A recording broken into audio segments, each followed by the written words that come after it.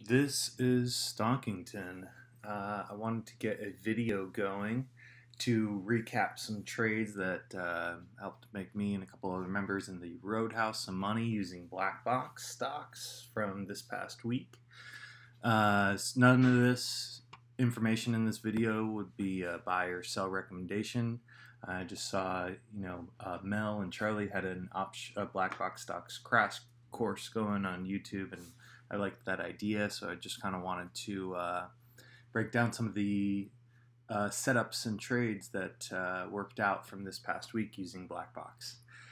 This one came in from Friday, September 9th on Snow, put this one out. The thing that stood out for me on this trade was this dark pool came in at 8:01 on Pacific time. So this would have been 11 a.m. market time.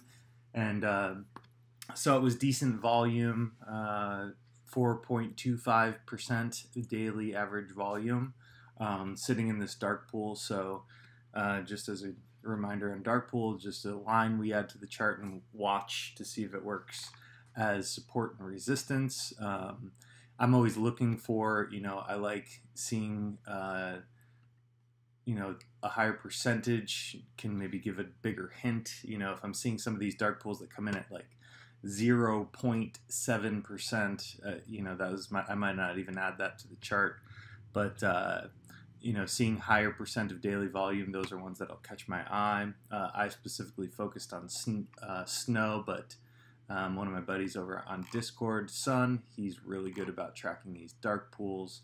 And he had a killer trade on Wendy's this past Friday where there was almost 200% daily volume sitting on a dark pool that he had taken note of, and Wendy's went nuts. But this one caught my eye on Snow. So when I saw this come in at 8:01, I went back. This is the options flow information on Snow from Friday. So I went through and just checking for anything interesting that could give me other hints after seeing this dark pool come through. So I went through and found these calls here. And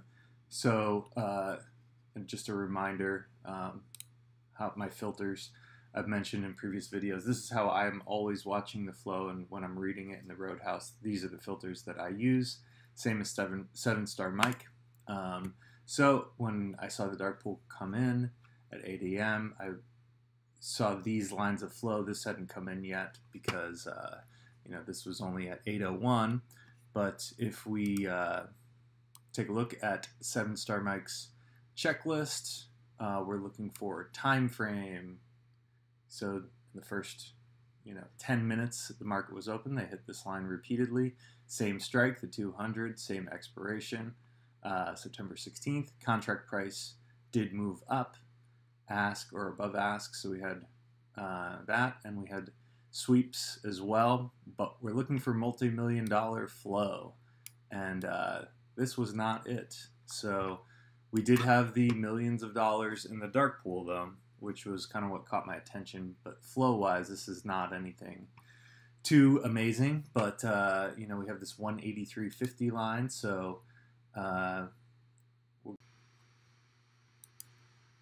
all right, so if we go and add the 183.50 line to the chart, I saw Sun adding his in gold, so that kind of stuck with me just to kind of highlight, give a visual reminder. We're watching this line to see if it works as support or resistance. I know Mel is always highlighting the dark pools on her chart. And when I see Snow come down and bang off this line working as support, this was the signal got in right around somewhere here, and then this wick confirmed that Snow had that potential to continue to the upside. So letting this one play out, then as Snow moves up, again, we saw somewhere right around in here was when this next line came in, so they're tacking onto their position as Snow is moving up. So this turned out to be a really great trade to the upside on Snow calls. We had different members in the room making 100% on this trade, and for sitting in it for maybe a little over an hour.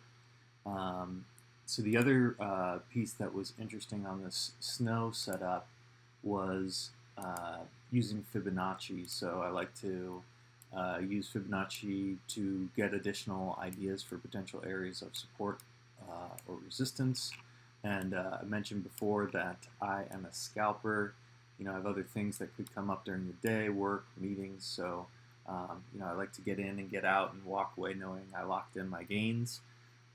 So for me, you can use fibs on all time frames to find support and resistance areas, but personally I've been liking using them on a 4-hour time frame. It just kind of matches for me being a scalper. So if we add these, it was interesting to see that after that nice move up, Snow still did end up gravitating towards this 618 fib, for using the 4-hour time frame. So that was an interesting one on Snow. The next setup I wanted to take a look at from this past week was on Tesla. So this is also from Friday, September 9th. And we can see right out of the gate, Blackbox Stocks had a ton of bullish alerts on Tesla. Same day expiration, some out to September 16th. There was so much flow coming in on Tesla on September 9th that I was not able to go back all the way to the open on the Blackbox site, but I did pull the raw data, and you can see here this is coming in at market time. I have this filtered just for the call side because it was very heavily bullish Friday morning, and we could just see, right out of the gate, repeat lines coming in, same day, as well as other expirations, all, a ton of different calls, sweeps. So flow was very bullish on Friday at the open. I also had Tesla as a watch list play, and nothing too fancy.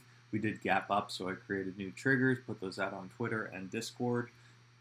Simple, just using pre-market resistance and pre-market support. So I was thinking, if we broke that green line, I would be looking to take a trade to the upside. So we had the flow, and then we saw this one work as support. So thinking bullish, it already broke the line but couldn't hold above. And there we get some continued upside.